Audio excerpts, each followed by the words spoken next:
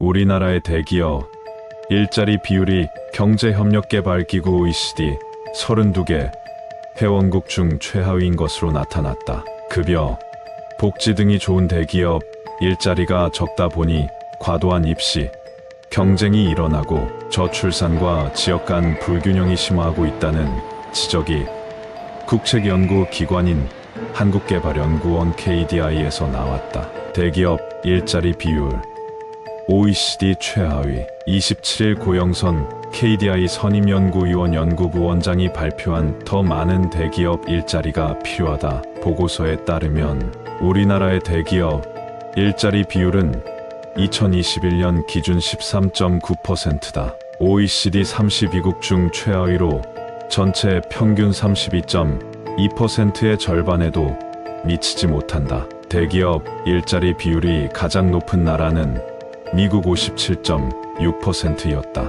이어 프랑스 47.2%, 영국 46.4% 등의 순이었다. 우수한 기술력을 확보한 중소기업이 많은 것으로 유명한 독일도 대기업 일자리 비율이 41.1%나 됐다. 일본 40.9%의 대기업 일자리 비율도 우리나라의 3배에 가까웠다. 이 보고서에서 대기업은 OECD 기준인 250인 이상을 따랐다. 우리나라에서 대기업 기준은 300인 이상이다. 보통 대기업 일자리는 중소중견기업이나 소규모 사업체보다 급여, 복지 등의 근로 조건이 훨씬 나은 것으로 평가된다. 고용노동부 실태조사에 따르면 직원 수 59명인 소규모 사업체의 임금은 300인 이상 사업체의 54%에 불과 2022년 기준했다. 직원 수 10만 299명인 사업체도 대기업의 71%에 그쳤다. 대기업은 육아휴직 사용 가능성 등 다른 근로 여건도 좋은 편이다. 지난해 고용노동부가 임금 근로자 대상으로 실시한 조사에 따르면 육아휴직이 필요한 사람은 모두 사용 가능하다고 답한 비율이 대기업은 95.1%나 됐다. 반면 직원 수 10만 299명, 3,099명인 사업체는 각각 88.4%, 71.9%에 그쳤다. 부족한 대기업 일자리로 저출산 심화, 육아휴직이나 출산휴가 등을 쓰기 어려운 중소중견기업, 소규모 사업체에 다니는 근로자가 워낙 많다 보니 저출산 문제가 심화하고 있다는 것이 고 연구위원의 진단이다. 고 연구위원은 저출산 관련 제도나 정책이 있어도 현장에서 집행되기 어려운 상황이라며 대기업 일자리를 늘려 아이를 키우는 근로자들이 혜택을 받을 수 있는 환경을 만들어야 한다고 말했다. 이어 고 연구위원은 수도권 집중화도 결국 비수도권의 대기업 일자리가 부족하기 때문에 나타나는 문제라고 밝혔다. 대기업 일자리가 적을수록 대기업에 들어가는데 유리한 고지를 점하기 위한 입시, 경쟁도 과열될 수밖에 없다. 이에 따른 사교육비 증가는 저출산을 부추긴다. 실제로 고 연구위원 분석에 따르면 우리나라에서는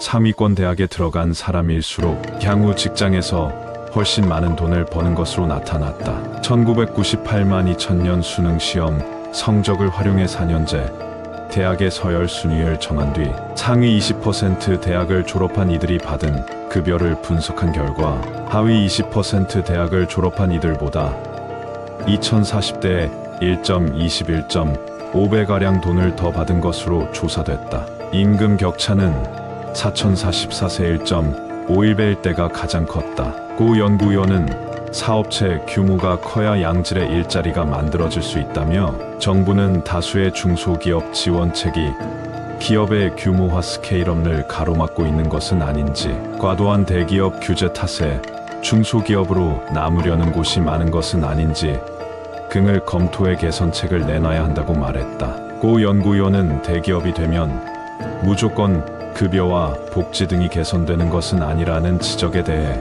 기업의 규모가 클수록 더 좋은 자본, 기술, 노동이 결합돼 생산성이 올라갈 확률이 커지고 이는 임금 상승으로 이어질 수 있다고 답했다. 고 연구위원은 대기업이 되면 무형의 브랜드가 형성되고 분업 및 전문화 등을 통한 효율성 향상, 사업 다각화와 위험, 분산 등의 이점이 크다는 것이 여러 연구를 통해 증명된 바 있다고 덧붙였다. 저 수치를 단순하게 생각하면 100명 중에서 13명 안에 들어가면 대기업 들어가는 거 아닌가 라고 생각할 수 있다. 저 13%는 총액이다. 당연히 영풍티, 조팔육들도 포함한 수치다. 저 13%가 12%가 되려고 할 때 기업은 부족한 1%만 충원하려고 할 뿐이다. 당연히 자리는 매우 모자르다. 그러니까 13% 안에 들어야 대기업에 가는 것이 아니라 실제로는 1% 안에 들어가야 대기업에 갈 수 있다. 이는 기존 대기업의 일자리를 차지한 영풍티, 조팔육들을 기업이 쉽게 해고하지 못하는 것도 한몫한다. 외국의 대기업 일자리 비율을 보면 낙어안을 훨씬 상회한다. 게다가 미국은 기업의 해고조차 자유롭다. 이는 고용의 불안전성이란 단점을 가지지만 반대로 능력 있는 젊은이들이 쉽게 대기업에 진입하는 선순환의 장점을 가진다.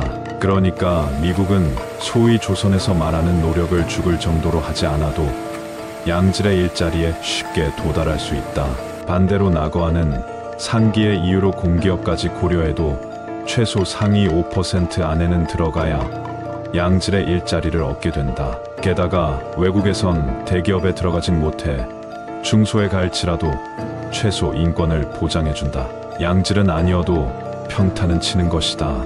그러나 저 8,788%를 차지하는 낙어안의 조소들은 인간 취급조차 하지 않는다. 저런 특성까지 고려하면 상호 국가 간의 인생 난이도는 매우 압도적이라고 할 수 있다. 지옥 불조선의 미래는 밝다. 너무 밝아서 활활 타오르는 수준이다.